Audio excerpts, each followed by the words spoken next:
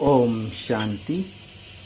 आज बाबा ने कहा, बाबा बच्चों की लगन देखता है कि कितनी लगन से बच्चे अपने पुरुषार्थ में लगे हुए हैं और आगे भी बढ़ रहे हैं।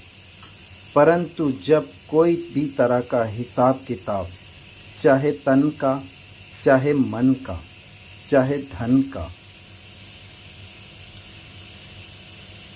संबंध संपर्क, स्वभाव संस्कार का आता है तो बच्चे हलचल में आते हैं।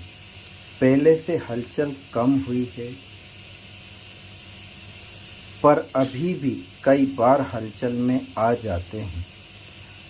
बच्चे, बाबा ने तो पहले से ही बता दिया है कि अंत तक माया का वार होगा, परंतु आप बच्चों को महावीर बन बाप को साथ रख उसे माया का वार ना समझ, पेपर समझ पार करना है। क्योंकि किसी भी चीज़ को परिपक्व बनाने के लिए उसे तपाना तो पड़ता ही है, अर्थात परिस्थितियों को तो पार करना ही पड़ता है। लौकिक पढ़ाई में भी जब पेपर नज़दीक आ जाते हैं तो रोज़ टेस्ट लिए जाते हैं ताकि बच्चे की सारी तैयारी हो जाए और बच्चा फर्स्ट आ जाए। यहाँ भी ऐसे ही है।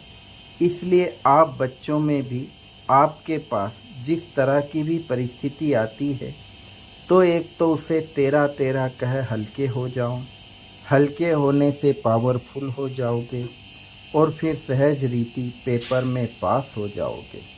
फिर दूसरा, परिस्थिति आने पर दिल शिकस्त नहीं होना है। जब बाबा का संग है तो बाबा स्वयं ही सही समय पर सही रीति उस परिस्थिति को खत्म कर देगा। बस आप बच्चों को अपने संकल्पों में बार बार उस परिस्थिति को नहीं दोहराना है। जैसे ही आपके संकल्प में आए तो बाबा को दे दो और अपने उच्च स्वमान में स्थित हो जाओ। इस तरह करने से आपका समय बच जाएगा। ओम शांति।